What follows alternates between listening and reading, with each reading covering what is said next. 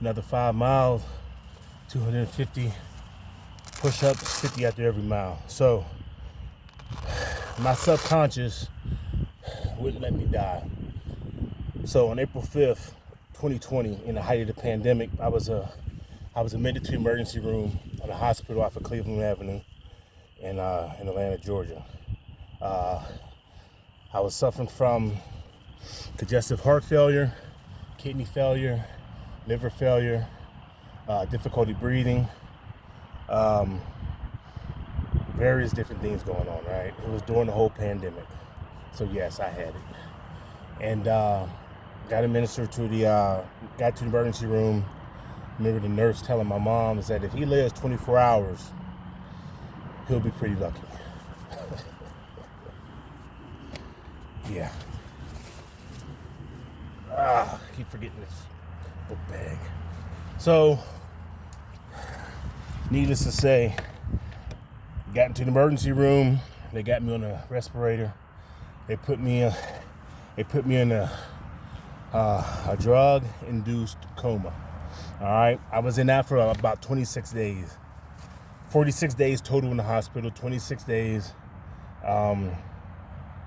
in a drug-induced coma. They was giving me propofol. Propofol is the same drug that Michael Jackson died of. It's called the milk of amnesia. It was listed on my medical bill about 100 times. How many times they actually gave it to me? Who knows? We know it was a lot. Because when I finally came into myself, my hands were tied to the hospital bed, and my feet were inside these like heavy weights. They were like, both of my feet were inside these like heavy ankle weights, so I couldn't move my feet.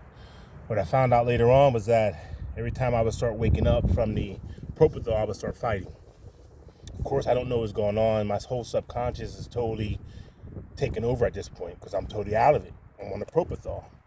So that's why I talk so much and so big about the subconscious mind. And prior to that, I've always been big on not lying to myself. I do something, I say I'm going to do it. I've always worked out hard. I've always pushed myself. So my subconscious was already in tune to like, hey, we're going to get through this. This is going to happen. We're going to push through this. We're going to get through this, right? So that 26 days, man, don't remember a whole lot, of course. They finally took me out the propofol.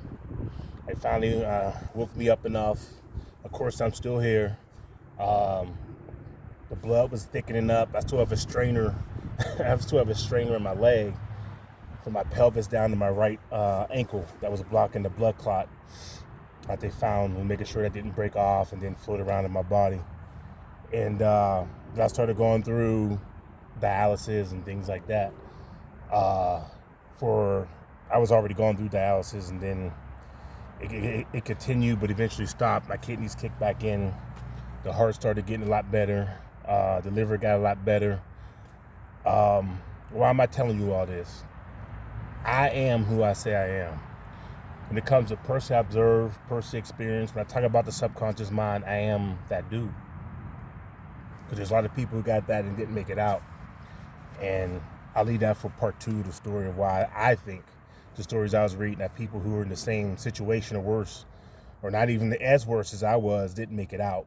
And it has something to do with the subconscious mind too. So, yeah, man, I was out of it. There's a couple other times in my life where I was out of it. Dying of a heat stroke. Subconscious clicked in and was like, hey, man, you need to get up.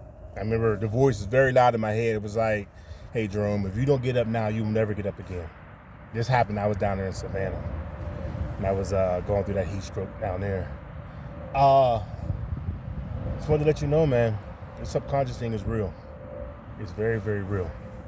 I am a walking, breathing example of how the power of the subconscious mind. I'm out.